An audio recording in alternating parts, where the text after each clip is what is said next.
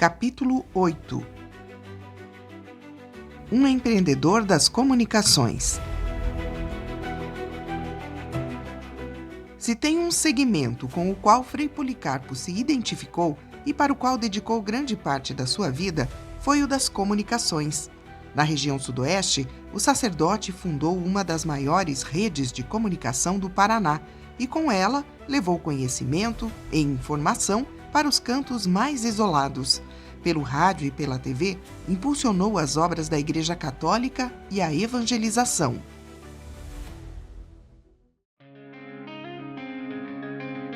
A província franciscana da Imaculada Conceição do Brasil possui 5 frentes de evangelização: solidariedade, paróquias, que são santuários e centros de acolhimento, missões, educação e comunicação. Foi pela pastoral da comunicação que Frei Policarpo encontrou um caminho para chegar até pessoas que viviam nos lugares mais distantes dos centros urbanos. Com os veículos de comunicação franciscanos, sonhos importantes do sacerdote se tornaram realidade. Desde criança, Frei Policarpo gostava de aprender, de compartilhar ideias e discutir pensamentos. Nas instituições de ensino por onde passou, teve contato com a música, com a literatura, com a filosofia e com as artes, o que contribuiu significativamente para ampliar o gosto pelas comunicações. Nos anos 1920, quando Inácio BR, Frei Policarpo, nasceu, o rádio começava a ser conhecido no Brasil. O mundo se encantava com o surgimento da nova tecnologia que ganhou impulso nas transmissões realizadas durante a Primeira Guerra Mundial. No Brasil, o rádio chegou oficialmente em 1922, quando o presidente Epitácio Pessoa fez a primeira transmissão à distância em 7 de setembro, dia do centenário da independência. O discurso do então presidente aconteceu numa exposição na Praia Vermelha e o transmissor foi instalado no alto do Morro do Corcovado, no Rio de Janeiro, pela companhia americana Westinghouse. Foram importados para o evento 80 receptores de rádio. Ainda na infância, por volta dos anos 1930, o estudante Inácio BR demonstrava a inquietude de quem tem o dom de comunicar e o desejo latente de transformar o mundo. Na pré-adolescência, interno do Seminário Seráfico São Luís de Tolosa, em Rio Negro, no Paraná, era um menino curioso. Gostava de participar das atividades, especialmente as que envolviam as artes. As comunicações viviam grandes transformações, enquanto o seminarista Inácio BR expandia seus conhecimentos em instituições de ensino católicas, sempre atento ao que se passava pelo mundo. Também foi nesse período que, a partir da década de 1930, a Igreja Católica aderiu ao poder de expansão do rádio. Começou a internacionalizar as comunicações com a aquisição da Rádio Vaticano. Ainda nessa época, foram apresentadas ao mundo as primeiras experiências em televisão, na Alemanha. Após concluir os estudos e se tornar padre, Frei Policarpo foi designado para a região sudoeste do Paraná, onde encontrou solo fértil para o seu empreendedorismo e gosto pelas artes e pelos meios de comunicação social. Quando o jovem sacerdote chegou nos anos 1950, a região passava por grandes transformações socioeconômicas, com a chegada de colonos em busca de terras para cultivar. Eram, em maioria, italianos. Por suas origens, o franciscano logo se identificou com a comunidade, como explicou em uma entrevista ao programa Contando História, exibido pela TV Sudoeste. Frei Policarpo disse: "A maioria dos habitantes era de italianos. Também havia poloneses, alemães, a maioria vinha do Rio Grande do Sul. A cada semana vinham dezenas e dezenas de lá do Rio Grande. Nós temos famílias conhecidas que vieram naquela época: Posa, Parzianello, Viganò, Moretti, Marcante e assim por diante.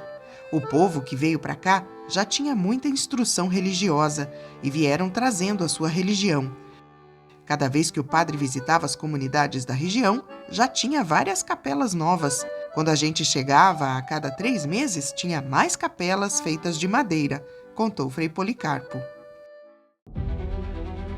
Ao chegar à paróquia São Pedro Apóstolo em 1956, Frei Policarpo teria a missão de evangelizar e ir bem mais além. Afinal, a fé católica levada pelos franciscanos para aqueles lados paranaenses estava longe de ser o único legado dos frades menores. O sacerdote encontrou na região movimentos de prosperidade, mas também um cenário de conflitos. Colonos lutavam contra companhias de terras para permanecer nas áreas onde haviam se estabelecido. Era a Revolta dos Poceiros de 1957. A vida era difícil. As distâncias até as capelas eram longas e o transporte, feito muito a cavalo e em estradas ruins, era demorado. Diante dessa realidade, o frade logo entendeu que os veículos de comunicação poderiam ser importantes aliados ao propósito de ajudar o povo de muitas formas, principalmente de evangelizar. Pelo rádio, Frei Policarpo pretendia encurtar distâncias, levar informação rápida, fé, cultura e educação para os lugares mais distantes. A história do rádio em Pato Branco teve início em 1954, com a fundação da Rádio Colmeia. Até então, os aparelhos de rádio existentes na região sintonizavam basicamente emissoras do Rio Grande do Sul. O meio de comunicação popular existente na cidade até a chegada da primeira rádio local era um alto-falante instalado na Praça Central. Pelo equipamento eram reproduzidos avisos, músicas e dedicatórias. A Rádio Colmeia pertencia a uma rede de emissoras do empresário Otávio Rotilli, instaladas, além de Pato Branco, em Francisco Beltrão, São Miguel do Oeste, Porto União, Toledo, Cascavel, Campo Mourão e Goiôerê. Em Pato Branco faziam sociedade com Otávio Rotilli, o irmão dele, Paulo Rotilli, Francisco Norberto Bonner e Venignos Elísios Winkelmann. Em 1957, Otávio Rotilli colocou a Colmeia de Pato Branco à venda, e assim surgiu a oportunidade dos freis franciscanos adquirirem a emissora. O empresário Agostinho Celeste acompanhou a negociação, e ele contou: "Quando foi montada a Rádio Colmeia de Pato Branco, eu fiz amizade com o Nico Winkelmann. O Otávio Rotilli e o Bonner estavam montando a emissora na cidade e, na mesma época, fundaram a Casa Rádio, que era uma loja para vender os aparelhos de rádio. O Winkelmann era técnico lá. Eu, curioso, comecei a aprender com eles.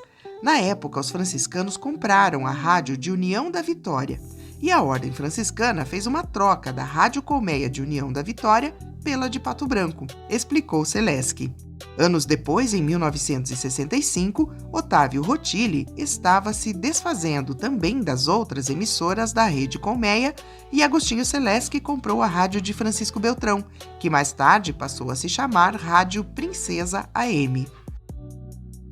Frei Policarpo foi quem convenceu a província franciscana da Imaculada Conceição do Brasil a entrar na negociação pela compra da Rádio Colmeia de Pato Branco.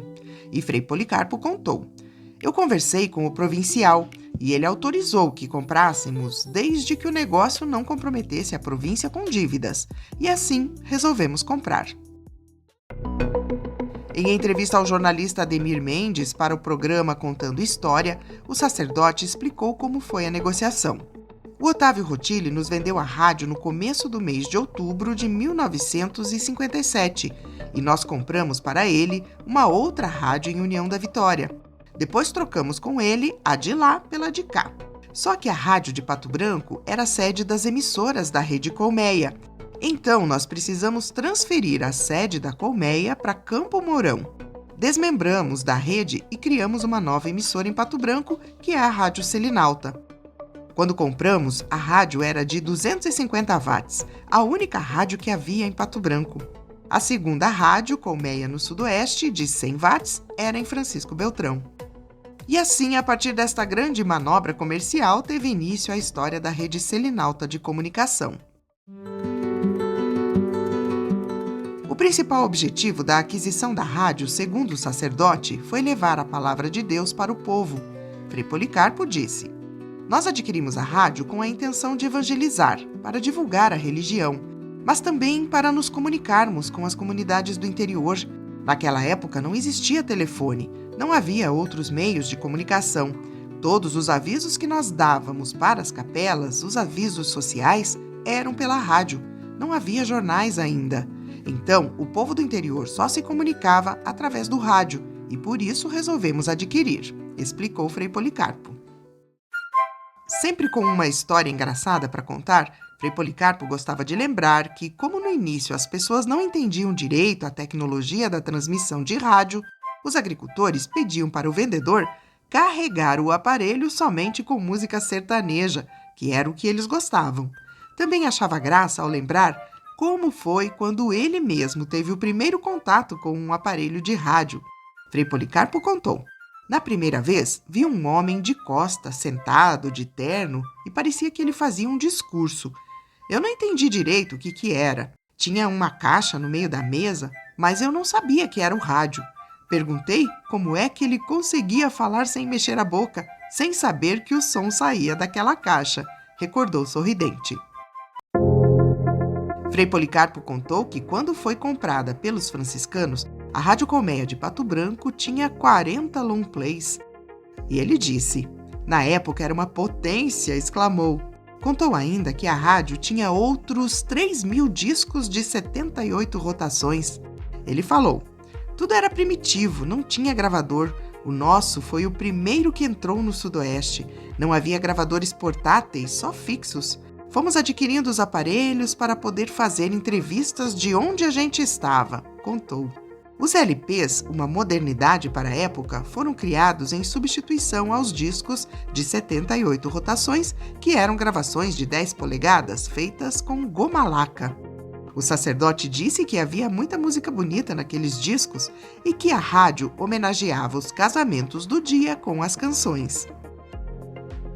Depois de ser desmembrada oficialmente da Rede Colmeia em 1961, a rádio passou a se chamar Selinalta, aquela que guia para o céu. Foi uma homenagem a Nossa Senhora, segundo Policarpo. Ele disse, Frei Galdino deu a ideia de dar esse nome porque o Monsenhor Jorge de Palmas trouxe a imagem de Nossa Senhora de Fátima e a chamou de Divina Selinalta. Foi um nome latino aportuguesado. Dizem que é o nome mais bonito de todas as rádios do Brasil, celebrou Frei Policarpo. Em vinheta transmitida pela rádio, a Selinalta é chamada de a Navegante Espacial. Companheiro no segmento de radiodifusão, Agostinho Celeste acrescentou ainda que, para não entrar um concorrente na frequência da antiga Rádio Colmeia, Policarpo articulou um processo para requerer mais uma concessão de rádio para Pato Branco.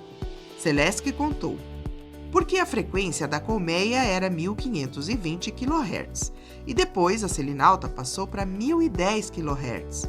Para não perder a frequência de 1520 para outra rádio, ele pediu e conseguiu mais uma concessão, que foi a da Rádio Pato Branco.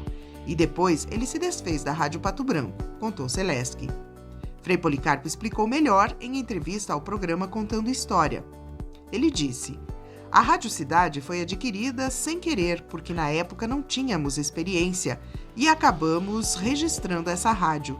Entramos com o pedido e conseguimos meio sem querer. Ela ficou na nossa mão durante um tempo e vendemos para ter recursos para montar a televisão. As duas emissoras, Selinalta e Cidade, tinham vendedores diferentes. A maioria do povo pegava sempre a Selinalta. A gente procurava ter programações distintas, mas a Rádio Pato Branco ia remando. Um dos nomes mais conhecidos do rádio paranaense, o narrador esportivo Nelson Matiello, consolidou sua carreira na Rádio Colmeia. Começou em 1956, adolescente, e contou como era fazer rádio naquele tempo. Matiello disse, nesse período eu trabalhei com gente extraordinária para a época do rádio, Ivo Tomazoni, Marcos Américo e tantos outros. O Marcos Américo tinha um programa na Colmeia que se chamava Confusão no Galinheiro, da 1 às 2h30 da tarde. A rádio tinha auditório e as famílias iam lá assistir esse homem apresentar a confusão no galinheiro. Eu era sonoplasta e, como não alcançava os botões da mesa, eu colocava uma lata e sentava em cima da lata para fazer a sonoplastia. Interessante que neste período nós tínhamos novelas ao vivo das 3 às 4 da tarde. com radioatores, microfone jacaré descendo do teto, e lá estava o Tomazoni, a Nair Winkelmann, os irmãos Macanhã, o Marcos Américo interpretando a novela.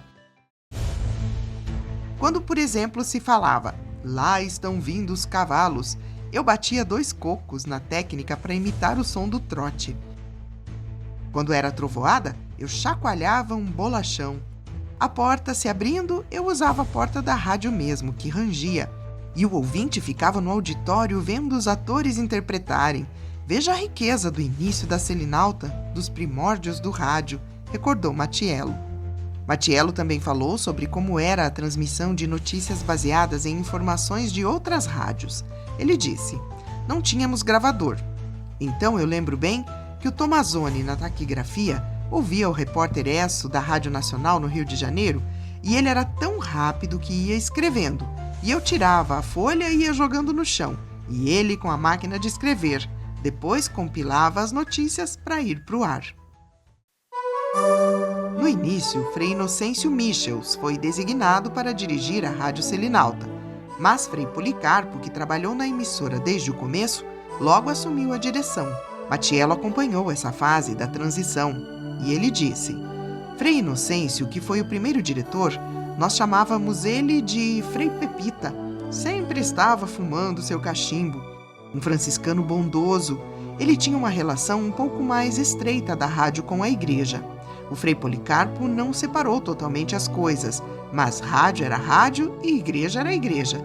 Evidentemente, com a filosofia da Igreja Católica, como é até hoje.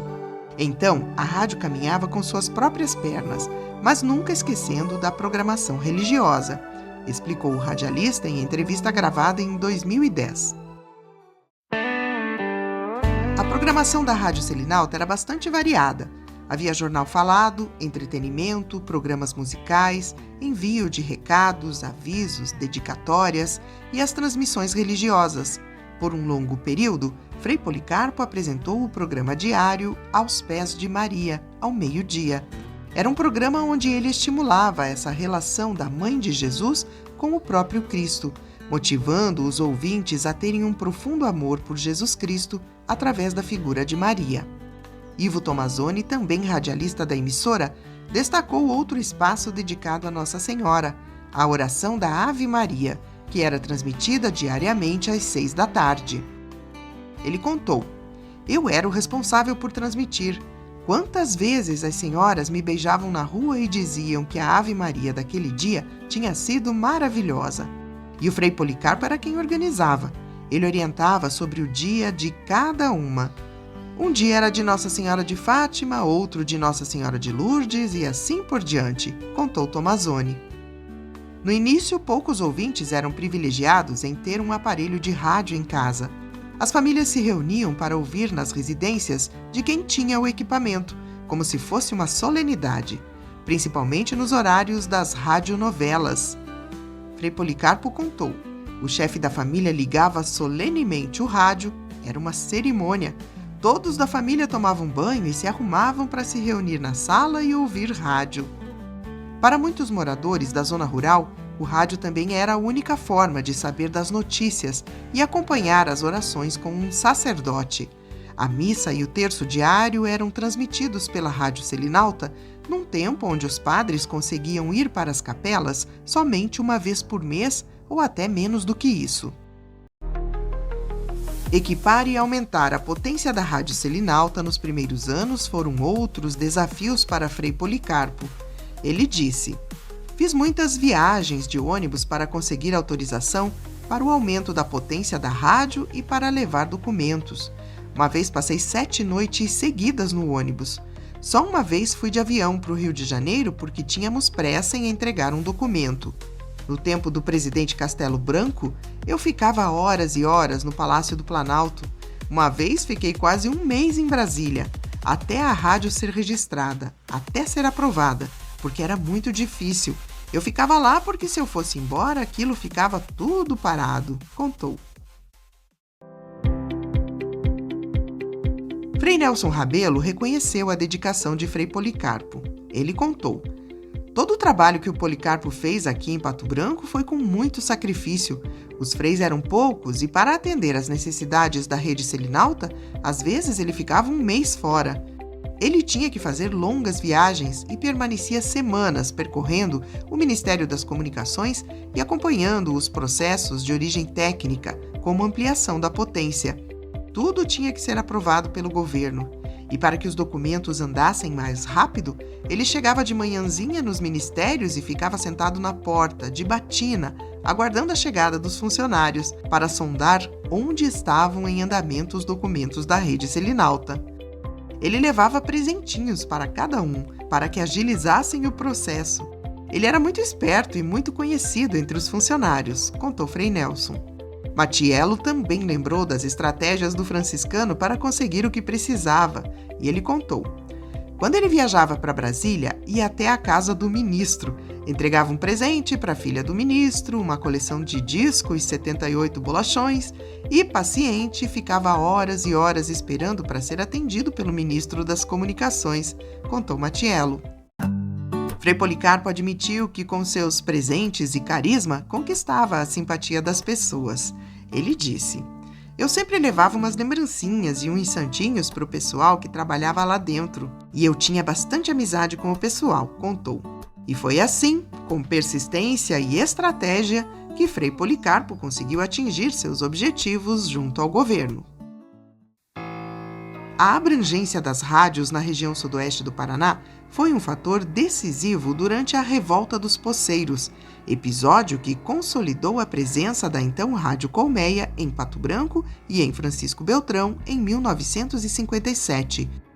Foi um período em que os primeiros colonos estabelecidos na região estavam sendo ameaçados de expulsão por companhias de terra que afirmavam ter o direito legal sobre as áreas.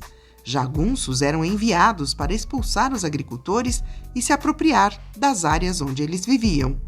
O rádio tornou-se um meio de comunicação importante e eficiente entre os colonos. Ivo Tomazoni contou: "Era através do rádio que os agricultores se organizavam contra as companhias que pretendiam expulsá-los de suas terras." Ivo Tomazoni foi um dos radialistas mais atuantes na época. Foi com o apoio das rádios Colmeia de Pato Branco e de Francisco Beltrão que os colonos articularam um movimento de resistência. A Revolta dos Poceiros ocorreu no mesmo ano em que a província franciscana comprou a rádio. O conflito agrário foi chamado também de Levante de 1957 e envolveu colonos, poceiros, companhias grileiras e políticos. O empresário Agostinho Seleschi contou que Frei Policarpo abriu as portas da emissora em Pato Branco. A voz da rádio pressionava as companhias de terra para pararem de forçar os agricultores a saírem das suas casas e também pressionava o governo do estado a dar um fim à situação vivida pelos colonos. Seleschi contou: "Os agricultores estavam bastante organizados e revoltados. Por isso, o governador Lupion mandou fechar as companhias de terra que tinham se instalado na região. O rádio dava voz aos colonos e fazia o povo se mobilizar", explicou Seleschi. Dona Mariciana do Amor Divino, moradora da comunidade de São Miguel Cachoeirinha, saiu do Rio Grande do Sul e mudou-se para a região sudoeste do Paraná com o marido nos anos 1950, período que antecedeu a Revolta dos Poceiros. Ela contou: "Eles, os jagunços, chegavam e expulsavam os donos das casas. Nós metia o pé pro mato. Eles tacavam fogo nas casas, matavam as criações. Nossa Senhora, a gente levava as crianças. Elas pediam água, não tinha. Pediam de comer, não tinha. Ficamos 8 dias escondidos no mato, não dava para sair. O marido da gente queria enfrentar as coisas e não dava porque eles arrastavam e matavam. E de repente veio a resposta que Deus enviou. Chegou a providência divina e acabou. Mas mataram muita gente naquele tempo", contou Dona Mariciana. Ivo Tomazoni frisou que a Revolta dos Poceiros foi um dos momentos mais marcantes da carreira dele como radialista. Ele contou: "Nos últimos dias houve um acirramento de ânimos. Foi exatamente depois de um comentário que eu fiz no Jornal do Meio-Dia da rádio, onde noticiei acontecimentos dos mais violentos que os homens das companhias cometeram contra agricultores de Pato Branco. A população foi para as ruas e, sem que ninguém incitasse, passaram a exigir medidas. Os homens, os que dizem que fazem opinião, advogados, médicos, comerciantes, industriais, reuniram-se na sede do Clube Industrial e, nessa reunião, onde estavam até o juiz e o promotor público, a igreja se representou através do Frei Policarpo.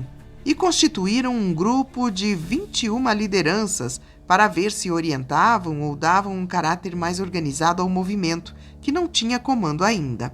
Aquele grupo, chamado de Junta Governativa, haveria de disciplinar o movimento e uma comissão de 5 pessoas se comunicaria com o governo para repassar a vontade do povo. E realmente se chegou ao sucesso total da revolução. Mas eu recebia na rádio pessoas com todo tipo de sugestões, uns incitando, outros pedindo paz. Acho que o único que procurou conter os ânimos foi mesmo o Frei Policarpo. E com aquele jeito dele, muito objetivo e humilde, ele sempre dava o recado. A presença dele sempre foi muito decisiva, contou Tomazoni. Questionado sobre o episódio, Frei Policarpo disse que participou da reunião da junta governativa por mero acaso. Explicou que era o único padre que estava na casa paroquial naquele momento e que por isso foi convocado. No entanto, o episódio evidenciou uma característica que se tornaria marcante na personalidade do recém-chegado sacerdote, como bem colocou Dom José Antônio Peruso.